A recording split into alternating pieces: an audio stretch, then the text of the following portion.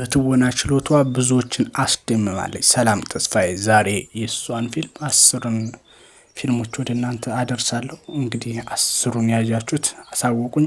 10ኛ ይመችሽ ያራዳ ልጅ እንግዲህ እጅግ በጣም የሚገርም ፊልም ከሰራችው ውስጥ አንዱ ነው። ከታሪኩ ብርሃኑ ከባባና ኢዮብ ዳዊት በጋራ ሆነው የሰሩት እጅግ በጣም ብዙዎችን ያስገረመ ፊልም የሰላም ተስፋዬ ፊልም ነው። እንግዲህ ያላያችሁ እንድታዩት እየጋበዝኩ ያያችሁት ደግሞ ድጋሜ ብታዩት የምታተርፉበት ፊልም ነው። በዘጠነኛ ደረጃ የሰላም ተስፋዬ ፊልም እና ፍሪደም እንግዲህ የሚገርም ፊልም ነው። ያላያችሁት ምናልባት ካላችሁት የብዙ አለሙ ፊልም ነው። ሁላችሁም እንድታዩት ጋብዛችኋለሁ። በስምንተኛ ደረጃ እንድታዩት ጋብዛችሁ ከሌሊቱ 6 ሰዓት። ይሄ ደግሞ በቅርብ ጊዜ የተሰራ የሆረር ይዘት ያለው የፊልም አይነት ሲሆን ያላያችሁት እንድታዩት ጋብዛችኋለሁ። እጅግ በጣም አሪፍ ፊልም ነበረ።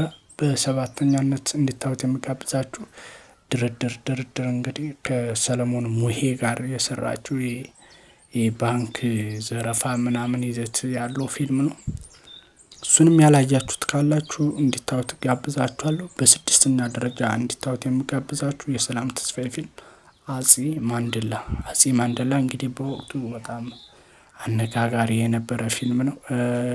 መኮንን ላቀ፣ ሙሉ አለም ጌታቸው፣ ኢዮብ ዳዊት፣ ሰላም ተስፋዬ እንዲሁም ሌሎች አንጋፋ ተዋንያን የተሳተፉበት ቆንጆ ፊልም ነው። አጼ ማንደላ እንድታዩት ሁላችሁንም ጋብዛችኋለሁ። በአምስተኛ እንድታዩት የምጋብዛችሁ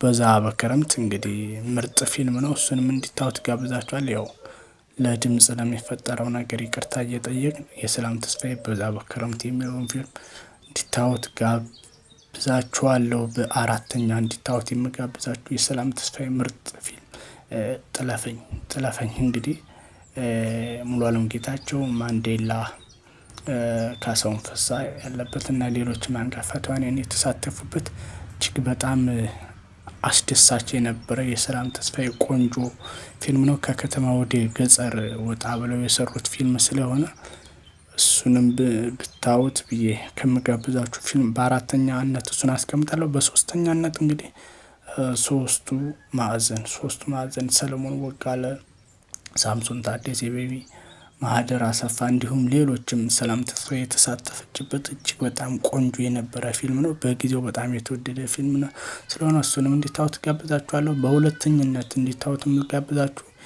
የስር ሚዜዋ እንግዲህ በጣም አሪፍ የነበረ ፊልም እጅግ በጣም ደስ የሚል ፊልም ነው። አለምሰገድ ተስፋዬ የተሳተፈበት አብሮ ቆንጆ ፊልም ነው። እንዲሁም በድጋሚ ከአለምሰገድ ተስፋዬ ጋር አለምሰገድ ጋር የሰራችው ፊልም ጋብዛችሁ አንድ ታሪክ እንግዲህ እንድታዩት የምጋብዛችሁ ቆንጆ ፊልም። ከዚህ ቀደም ምርጥ 10 ከምላቸው ውስጥ ጋብዣችኋለሁ። ታስታውሳችሁ ያላያችሁት ከዚህ ቀደም የሰራሁትን ስራ ተመልሳችሁ ማየት ትችላላችሁ።